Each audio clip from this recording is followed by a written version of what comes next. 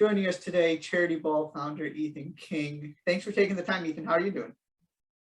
Thanks, Josh. It's a pleasure to be with you, man. I appreciate everything that you're doing. You're doing awesome, and I'm doing great. Life's good, man. How are you doing?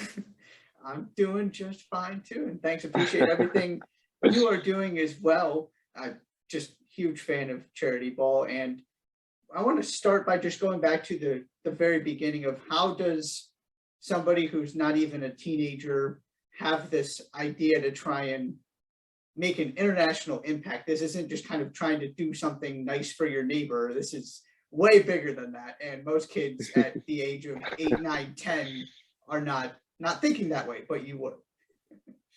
Yeah, for sure. Great question. Yeah, so it kind of starts back to when I lived in South Africa. So my dad has his own organization working with originally it was poverty alleviation and helping people in inner cities of South Africa get access to jobs and healthcare and a lot of different aspects. But since then, it's transitioned specifically to clean drinking water.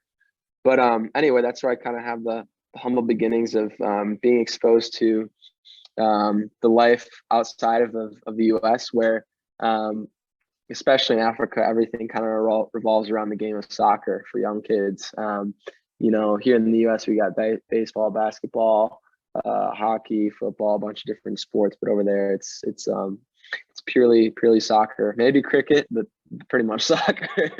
So I really fell in love with the game, and was exposed to.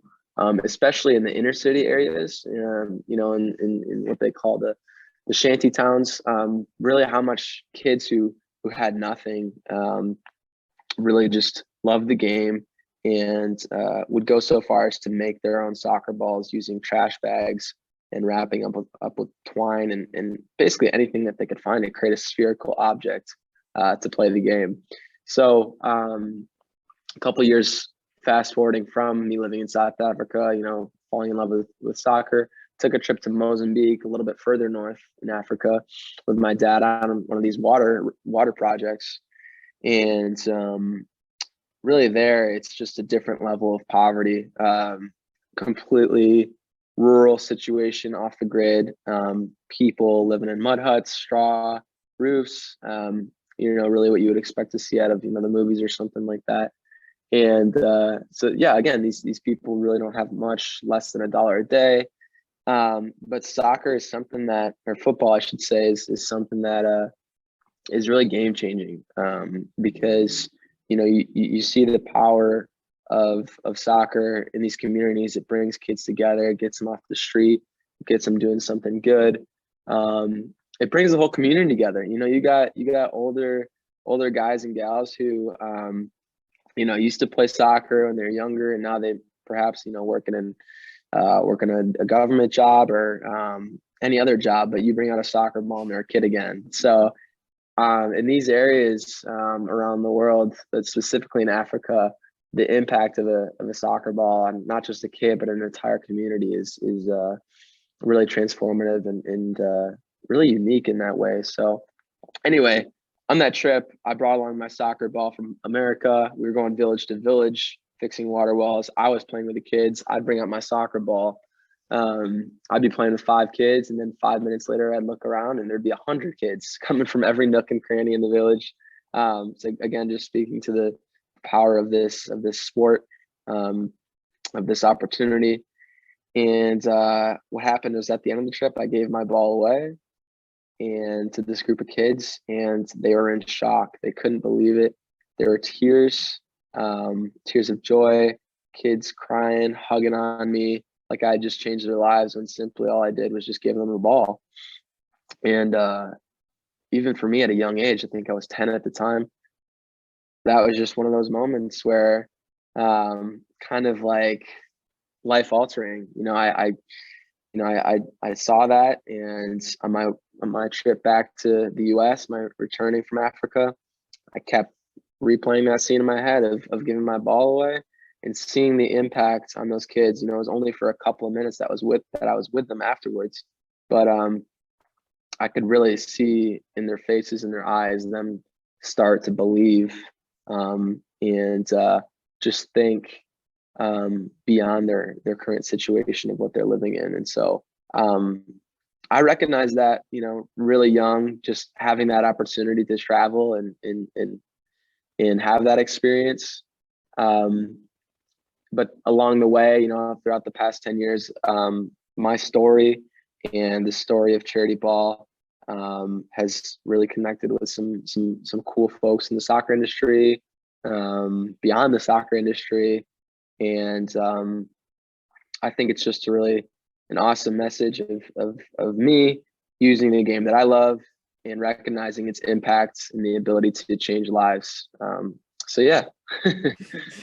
Yeah, and you mentioned sort of the expansion, and you start this at such a young age.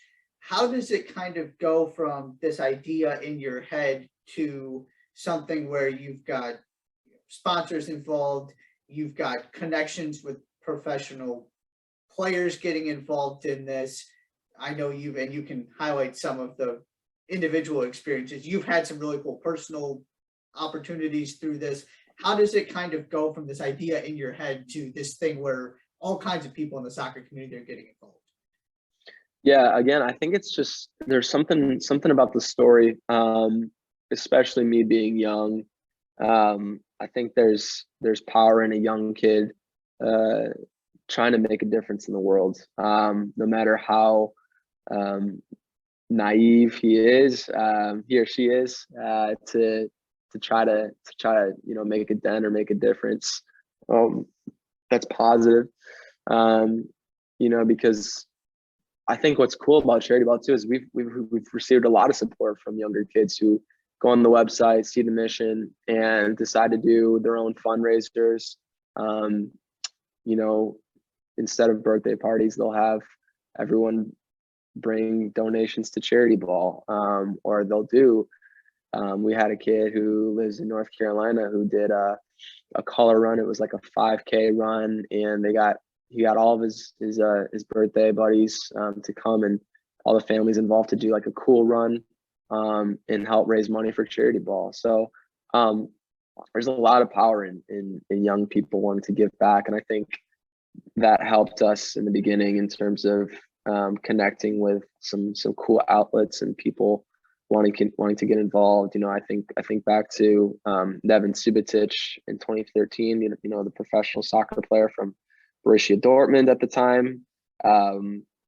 They actually ended up going to the Champions League final that year. Lost to Munich, unfortunately, in the final. But a professional athlete who just Googling soccer charity and coming across our organization and wanting to use some of his resources to give back, and us ending up doing a tournament for 500 kids in Mozambique, with Adidas coming to the table and doing soccer balls for every kid and jerseys for every kid as well. So again, something unique about a young kid wanting to give back, but also just the soccer communities. I think everybody recognizes, especially internationally and in some of these communities that are kids that are in disadvantaged situations, really the power of what that sport can do in terms of uplifting kids and really making a difference.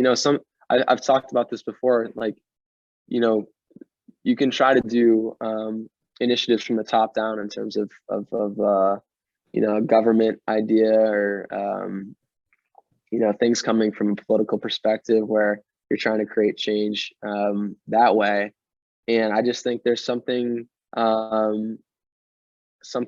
about using sports, or specifically soccer, as a leveraging point that is just more organic and holistic and something more natural that can create change than people coming in suits and trying to work from the top down. So yeah, a lot of just the mission and people connecting with the story and everything. So yeah.